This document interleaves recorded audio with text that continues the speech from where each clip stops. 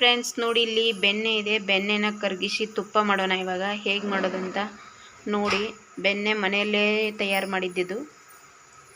ಕೆನೆಯಿಂದ ಎಪ್ಪಚ್ಚಿಬಿಟ್ಟು ಬೆಣ್ಣೆ ಕರಗಿಸ್ತಾ ಇರೋದು ನೋಡಿ. ಇವಾಗ ಬೆಣ್ಣೆ ಇನ್ನೊಂದು ಸ್ವಲ್ಪ ಚೆನ್ನಾಗಿ ಕಾಯಲಿ. ಇವಾಗ ನನ್ನ ಚಾನಲ್ ನಿಮಗೆ ಲೈಕ್ ಆಗಿದ್ದರೆ ಪ್ಲೀಸ್ ಲೈಕ್ ಮಾಡಿ, ಶೇರ್ ಮಾಡಿ. ಸಬ್ಸ್ಕ್ರೈಬ್ ಆಗದೆ ಇರೋರು ಸಬ್ಸ್ಕ್ರೈಬ್ ಆಗಿಬಿಟ್ಟು ನೋಡಿ, ಸಪೋರ್ಟ್ ಮಾಡಿ ಹೀಗೆ ಅಂತ ಹೇಳ್ತಾ ಇದ್ದೀನಿ ನೋಡಿ. ಈಗ ಬೆಣ್ಣೆ ಕರಗ್ತಾ ಇದೆ.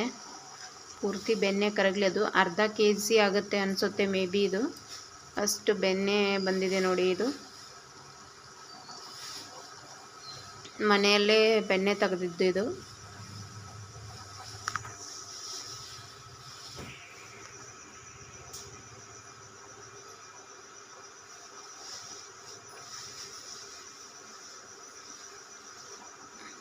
ವಾವ್, ಘಮ ಘಮ ಘಮ ಸ್ಮೆಲ್ ಬರ್ತಾ ಇದೆ ನೋಡಿ ಬೆಣ್ಣೆದು.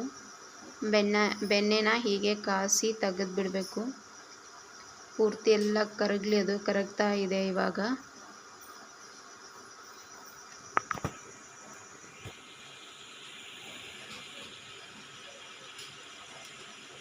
ಆದರೆ ವಾಸನೆ ಮಾತ್ರ ಸೂಪರಾಗಿ ಬರ್ತಾ ಇದೆ ಬೆಣ್ಣೆದು.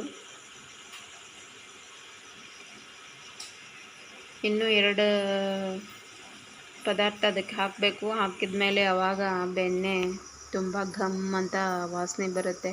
ಇವಾಗಲೇ ಇಷ್ಟೊಂದು ವಾಸನೆ ಬರ್ತಾ ಇದೆ ಘಮ್ ಅಂತ.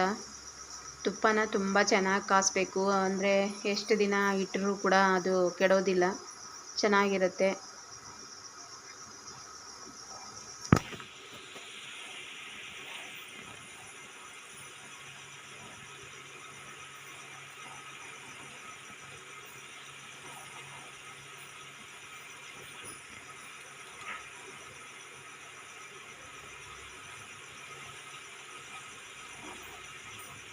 ನೋಡಿ, ಇಲ್ಲಿ ಈ ಥರ ಕುದೀತಾ ಇದೆ ನೋಡಿ. ಇಲ್ಲಿ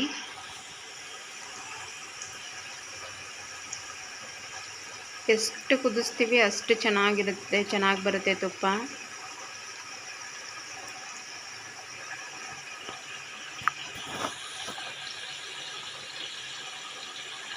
ಫುಲ್ ಕುದೀತಾ ಇದೆ ನೋಡಿ. ಇಲ್ಲಿ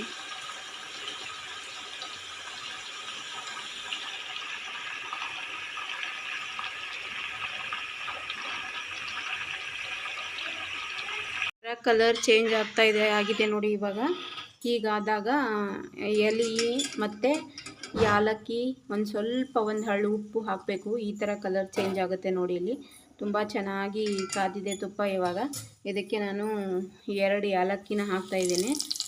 ಆಮೇಲೆ 1 ಎಲೆ ಹಾಕ್ತಾಯಿದ್ದೀನಿ ನೋಡಿ. ಇಲ್ಲಿ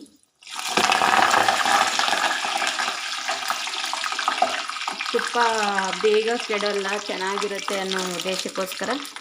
ಹಾಗೆ 1-2 ಹರಳು ಉಪ್ಪು ಹಾಕ್ತಾಯಿದ್ದೀನಿ. ತುಂಬ ಚೆನ್ನಾಗಿ ಬರುತ್ತೆ ತುಪ್ಪ. ಇಷ್ಟು ಮಾಡಿ ಇಳಿಸಿದರೆ ಆಯಿತು ನೋಡಿ ಫ್ರೆಂಡ್ಸ್. ತುಪ್ಪ ರೆಡಿ ಆಯಿತು. ಎಷ್ಟು ದಿನ ಇಟ್ಟರೂ ಕೆಡೋದಿಲ್ಲ, ಚೆನ್ನಾಗಿರುತ್ತೆ ನೋಡಿ.